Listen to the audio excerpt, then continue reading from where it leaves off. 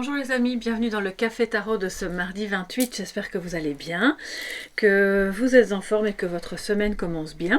On va donc continuer avec les mêmes jeux qu'hier, je trouvais ça sympa.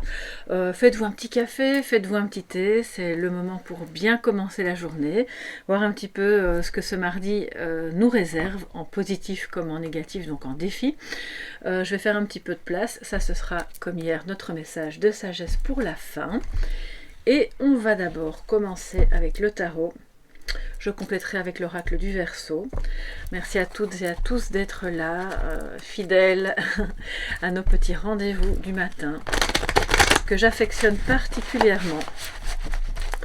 Merci aussi pour, pour votre soutien, pour vos likes, vos partages, vos demandes de guidance privée aussi, ça me fait chaud au cœur. Je pense avoir répondu à tous les messages privés. Si ce n'est pas le cas, n'hésitez pas à me renvoyer un message parce que certains et certaines d'entre vous le savent. Parfois, ça arrive dans ma boîte à spam, d'accord? Donc, oups, n'hésitez pas à me réécrire si c'est le cas. Alors, quelles sont les énergies et les messages donc, pour ce mardi 28 pour vous tous, mes chers amis?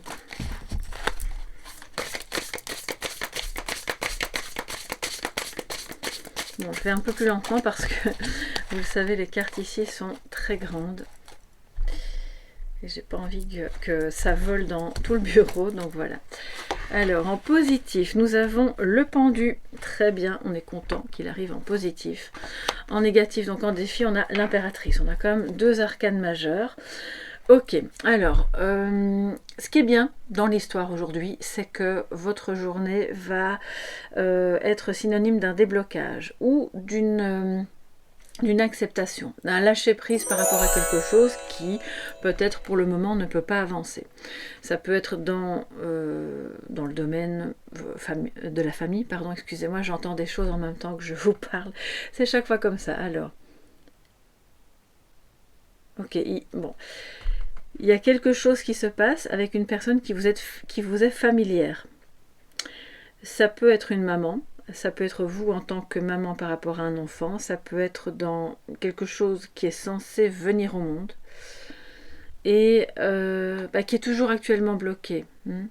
Donc on lâche prise parce que c'est pas forcément un blocage important ni définitif bien sûr, mais ça demande de la patience.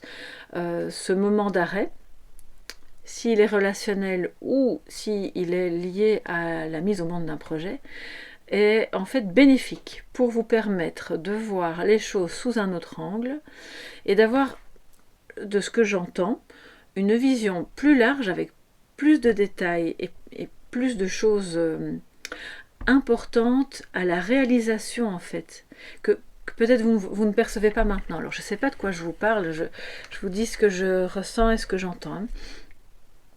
À vous évidemment de rattacher ça à quelque chose de votre quotidien si vous vous sentez concerné par ce message. Le pendu montre donc en positif qu'on lâche prise, on se dit bon ok, c'est peut-être pas encore le bon moment. C'est par exemple si vous souhaitez avoir un enfant et qu'il y a déjà eu plusieurs essais, c'est un peu compliqué, ça marche pas pour le moment, c'est pour le moment. Donc on lâche prise parce qu'on sait qu'à un moment donné ça va se faire. Et c'est l'idée avec l'impératrice qui est en défi, de se dire, si c'est le cas de l'enfant, c'est un exemple, oui, je serai maman un jour, c'est pas encore le cas maintenant, c'est en processus, je lâche prise. Et ça c'est très positif. Oui, ce projet va se faire, oui, je vais régler les problèmes avec ma maman ou moi en tant que mère par rapport à mon enfant. Tout n'est pas encore tout rose, mais on lâche prise parce que il nous manque des informations, soit de santé, soit des informations relationnelles, ou si c'est par rapport à un projet. Oui, j'entends vraiment le mot manque, donc je pense que c'est aussi ça qui vous a mis un petit peu à l'arrêt. Alors, ça montre aussi, évidemment, qu'on est dans une forme de reconnexion, puisque tant qu'on a la tête à l'envers vers le bas, on a évidemment un autre point de vue, et on peut se reconnecter à d'autres dimensions de soi-même, de ce qui se passe autour de soi, et donc c'est favorable, c'est super favorable. L'impératrice en défi aujourd'hui, donc vous dit, ben oui, ayez confiance. ayez confiance dans le fait que d'abord ce n'est pas un arrêt définitif, le blocage, ou si c'est un blocage relationnel ou autre, c'est en route pour se remettre d'une bonne manière, mais pas forcément celle que vous voudriez. C'est ça que j'entends aussi. C'est peut-être pour ça qu'un autre point de vue sera le bienvenu. Et que quand ça va se rétablir, vous aurez vraiment cette sensation littéralement d'accoucher de vous-même, d'un deuxième vous-même, avec aussi, c'est un retour de confiance, c'est le défi aujourd'hui de se dire j'ai confiance dans ce chemin, dans ma capacité de maman ou dans la relation à ma maman, même si elle est plus de ce monde. Hein. Je vous dis souvent ça parce que je sais que voilà, on peut très bien entretenir toujours une relation énergétique avec l'âme de cette personne défunte, parce que voilà, elle vous a marqué par son passage dans votre vie, par le fait qu'elle vous a mise au monde, etc. etc. Donc, confiance, bienveillance, c'est le défi de la journée.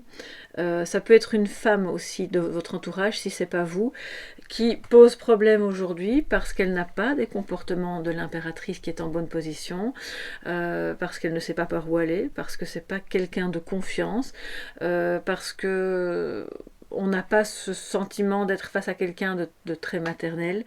Alors c'est pas pour ça que vous avez besoin d'être materné, mais vous sentez bien quand vous êtes face à quelqu'un qui a une énergie de bienveillance et une énergie maternelle, même si cette personne n'a pas d'enfant. C'est totalement indépendant l'un de l'autre. Alors on va voir maintenant, donc c'est le défi aussi, si jamais c'est pas vous, de tout de même lâcher prise sur le fait que bon, bah, cette personne, cette femme actuellement est dans cette énergie-là. Elle est un petit peu en travers de votre chemin. Elle vous pose question ou problème et vous allez trouver une solution, puisqu'on le voit, c'est favorable aujourd'hui. Alors, quels sont les messages complémentaires, mes chers amis, pour ce mardi 28 mars? Messages complémentaires pour toute la communauté Soleil Levant.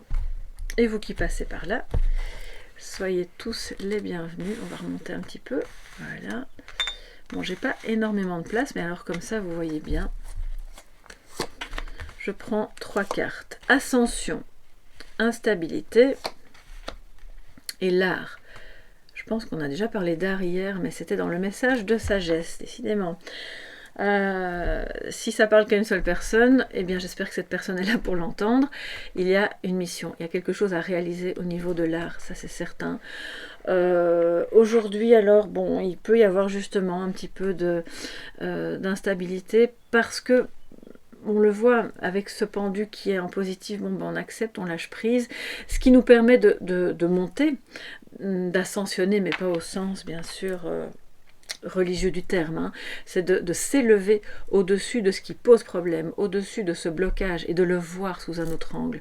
Donc c'est très beau, il y a vraiment une élévation, malgré que dans un même temps il pourrait y avoir une instabilité dans d'autres domaines, ou que cette élévation, qui peut être spirituelle bien sûr, génère une petite instabilité qui peut être relationnelle, qui peut être professionnelle, parce que bah, du coup vous vous posez des questions sur bon bah je ne vois plus la vie de la même manière. Quel est le sens que j'ai envie de donner à tout ça? Vers où va-t-on, d'accord, dans l'histoire?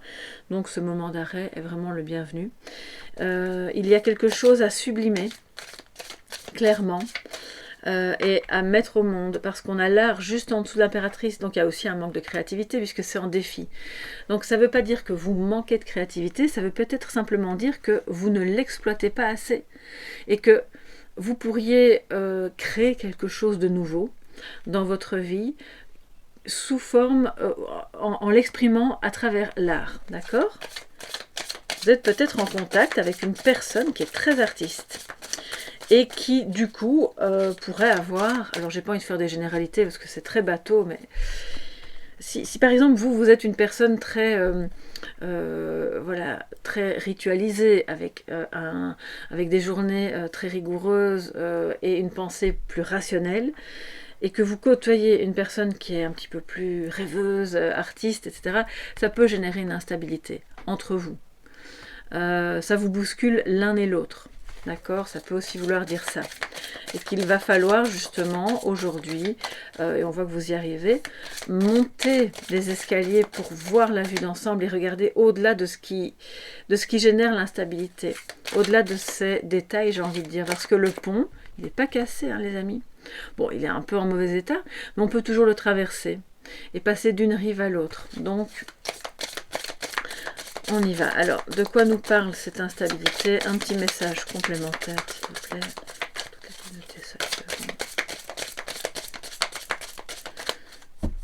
Alors.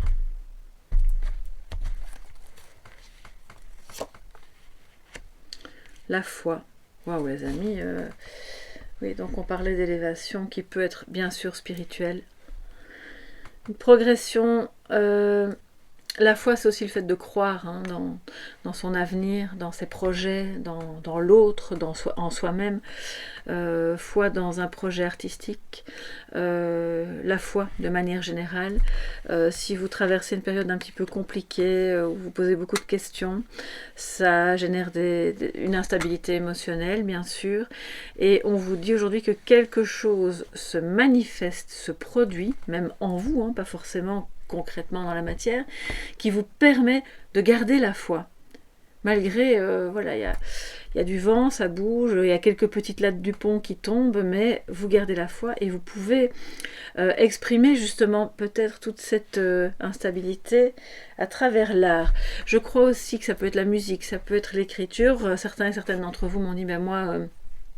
je sais pas trop quoi faire de ce que j'écris, je griffonne, je rate, enfin, c'est pas grave, allez-y. Faites ce que bon vous semble, même, on vous demande pas que ce soit parfait. On vous demande de libérer quelque chose pour le regarder autrement. Et c'est ce qui se fait aujourd'hui, d'accord? Donc ça peut être aussi une chanson qui tout à coup vous inspire, ça peut être un paysage, une image, peu importe. Voilà, alors on va se prendre un petit message de sagesse et voir ce que ça nous dit. L'ascension juste en dessous du pendu, ça veut vraiment dire que c'est beau, on évolue, on lâche prise vraiment sur des choses qui étaient compliquées et qui entretenaient le blocage. Dites-moi un peu de quel blocage il s'agit. Ça m'intéresse toujours bien sûr de voir en quoi ça peut faire écho dans vos vies. Le souffle, c'est votre message de sagesse pour aujourd'hui les amis. Mon souffle est une merveille à chérir chaque jour. Et vous voyez les corps autour d'elle, hein, donc corps physique, corps mental, corps éthérique. Et donc c'est important de respirer en conscience. Peut-être que par moment vous avez le sentiment, ou vous avez eu le sentiment récemment, de vivre un peu comme en apnée. Vous savez, il se passe trop de choses, ou on doit gérer trop d'affaires en même temps, et puis on a l'impression qu'on ne respire plus. Et là, peut-être des petits exercices qui durent quelques instants, où on se reconcentre sur des respirations, une inspiration profonde et un lâcher-prise, et même musculaire, qui se passe au moment de l'expire, en profondeur aussi. On le fait quelques fois d'affilée. D'abord, ça fait un bien fou au niveau physique, et puis ça permet de relâcher le mental, et je pense sincèrement de réunifier les corps, surtout si vous avez des petites blessures énergétiques. C'est ce que j'entends, une blessure énergétique. Pourquoi j'entends ça? Je pense qu'il y a des personnes parmi vous qui ont comme des failles, enfin des fissures, vous savez. Ça peut se produire quand on a eu des chocs émotionnels, ou quand on s'est laissé envahir par l'énergie négative, hein, d'autres personnes, en étant soi-même pas très bien protégé.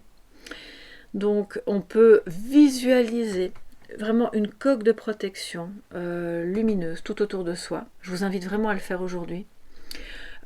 Lumineuse dans le sens, elle peut être blanche, elle peut être dorée, mais très lumineuse. Et tout autour de vous, n'oubliez pas votre dos, l'arrière de vos bras, de vos jambes, en dessous de vos pieds, au-dessus de votre tête, partout, partout. Tout en respirant profondément, plusieurs fois d'affilée, et vous êtes prêt pour la journée.